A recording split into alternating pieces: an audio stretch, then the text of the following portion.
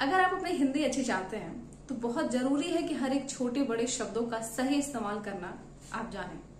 नमस्कार, मैं हूं ऋचा और आज अपनी हिंदी सही करने में एक कदम और चलते हैं।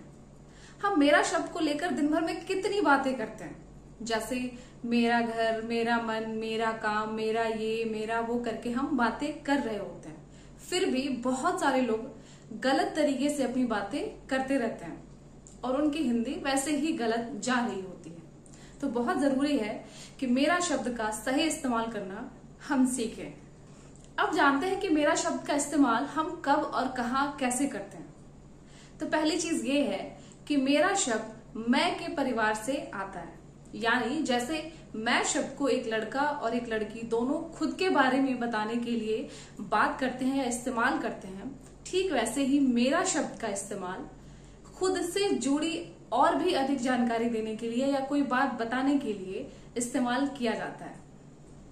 दूसरी बात जो ध्यान देने वाली ये है कि जैसे मैं शब्द का इस्तेमाल एक लड़का और एक लड़की दोनों अपने लिए इस्तेमाल करते हैं, ठीक वैसे ही मेरा शब्द का इस्तेमाल भी एक लड़का अपनी बात कहने के लिए करेगा और एक लड़की या कोई महिला, कोई भी, वो भी अपनी बात करने के लिए मेरा शब्द का इस्तेमाल करेगी। हिंदी व्याकरण में ऐसा नियम है।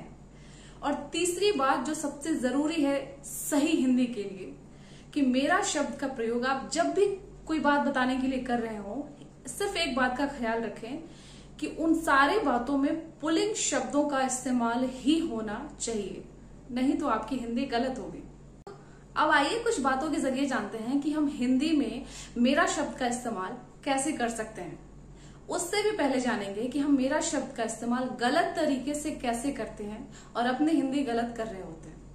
आपने बहुत बार कहते हुए लोगों को सुना होगा कि मेरा शादी नहीं हुआ है, या मेरा इच्छा नहीं है कहीं जाने का आज, या मेरा किताब नहीं मिल रहा है।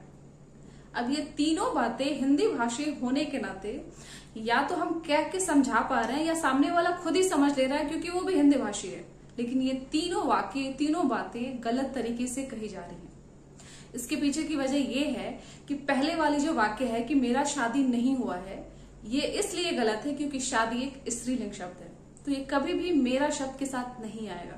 मेरी शादी नहीं हुई है, ये तरीका सही होता है। हम आगे अगले वीडियो में मेरे शब्द का इस्तेमाल करना भी जानेंगे। ठीक ऐसे ही मेरा इच्छा नहीं है कहीं जाने का, इसमें इच्छा एक स्त्रीलिंग शब्द है, तो मेरा नहीं बल्कि मेरी या किसी भी स्त्रीलिंग शब्द के साथ ही इच्छा शब्द का प्रयोग होगा जब भी होगा। और तीसरी वाली बात, मेरा किताब नहीं मिल रहा है, भी गलत है क्योंकि किताब एक स्त्रीलिंग शब्द है। तो किताब जब भी कभी बातों में प्रयोग किया जाएगा हमेशा स्त्रीलिंग शब्द के साथ ही बोला जाएगा। मेरी किताब नहीं मिल रही है, ये तरीका होता है बात करने का मेरा शब्द के साथ या मेरे शब्द के साथ। अब आइए कुछ रोज बोले जाने वाले बातचीत से सीखते हैं कि हमारी हिंदी कैसे हम सही कर सकते हैं, प्रैक्टिस भी करके और ध्यान देकर।